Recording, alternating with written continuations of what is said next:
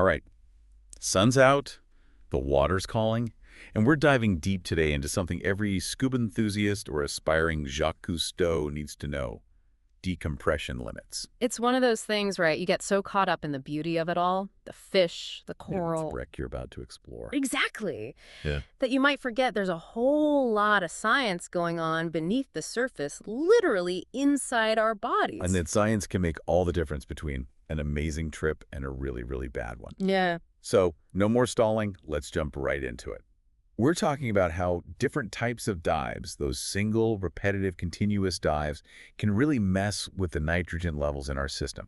And to help us break it down, we've got a ton of great info from Dan, Divers Alert Network, those guys who are all about keeping us safe under the sea. Absolutely. Dan's a fantastic resource. They've got years of research, case studies. The works? Yeah, the works. So before we even get to those different dive types, maybe we should start with the basics. Why is nitrogen even something we need to worry about when we dive? Right, like it's just air. Right. We breathe it all the time. Well, it is and it isn't. See, here at the surface, the air we breathe is mostly nitrogen, about 78%, and then a good chunk of oxygen, and then some other trace gases. And it's perfectly fine. Our bodies know what to do with it. But then we strap on a tank and We head down, down, down, and that's where things get interesting.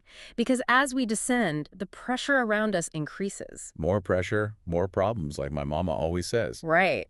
And that pressure affects how our bodies absorb gases, especially nitrogen. So the deeper you go, the more nitrogen your body and tissues actually absorb. It's like squeezing a sponge. The more you squeeze, the more water it holds. Okay, so the deeper the dive, the more nitrogen we're packing in. But you said it's not inherently bad, this absorption thing. Right? Exactly. It's a completely natural physiological process. Hmm. Our bodies are designed to handle a certain amount of nitrogen. The real issue comes when we start heading back up to the surface. If we ascend too quickly, all that nitrogen we've absorbed doesn't have enough time to be released slowly and safely. And that's when things can get bendy. Bendy. Decompression sickness. So let's talk about those different dive types. Starting with, let's say you're on that dream vacation, about to explore that shipwreck. That's a single dive, right? Exactly. That first dive of the day, you're starting with what we call normal nitrogen levels. Your body's basically nitrogen saturated at the surface level. Okay, so you do your shipwreck dive, safety stops and all, everything's great. But then later that day, you're itching to get back in the water. Time for some shark action. Yeah. Now we're talking repetitive dives, yeah. Exactly. And this is where understanding nitrogen becomes super important, because even though you've surfaced, had some surface interval, your body still has some leftover nitrogen from that first dive. It's like that glass of water example again. Perfect. Even after a sip, there's still water in the glass.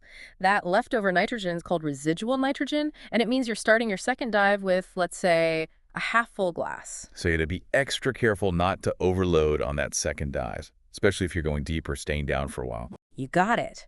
Your no decompression limits, the amount of time you can spend at a certain depth safely, are going to be shorter for that second dive because of that residual nitrogen. Which is where dive tables and dive computers come in clutch, Right, sir. helping us calculate all that stuff. Absolutely. They use what's called a safety curve to calculate those no decompression limits.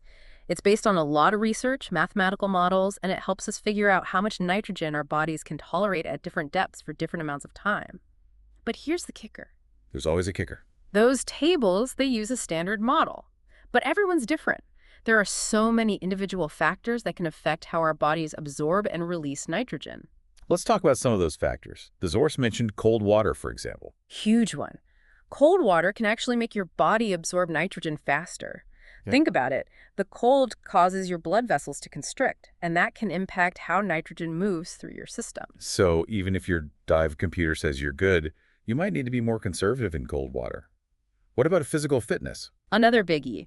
If you're not in great shape, haven't been diving in a while, or maybe partied a little too hard the night before, your body might not be as efficient at off-gassing nitrogen.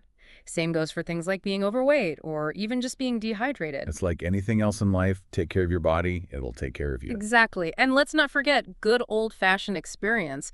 The more you dive, the more you get to know how your body reacts, how you handle nitrogen, and that's invaluable. Speaking of experience, what about those really experienced divers doing those super long multi-dive days? Well, Continuous dives, right? Right. That's where it gets even more complex. Continuous dives are like the repetitive dive on steroids. rapids. Sure. You're doing multiple dives back to back with only very short surface intervals, sometimes less than 10 minutes. So barely any time to off-gas that nitrogen. Exactly. So continuous dives require even more careful planning and often use specialized dive tables or algorithms on dive computers to make sure you're staying within safe limits.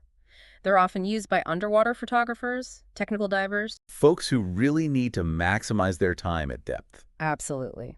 But even for them, safety is always paramount. So, if we're bringing this all back to our listeners, what's the key takeaway here? What's that one golden rule for staying safe when it comes to decompression limits? I think the most important thing is awareness. Be aware of those different dive types. Be aware of how your own personal factors might influence your nitrogen absorption.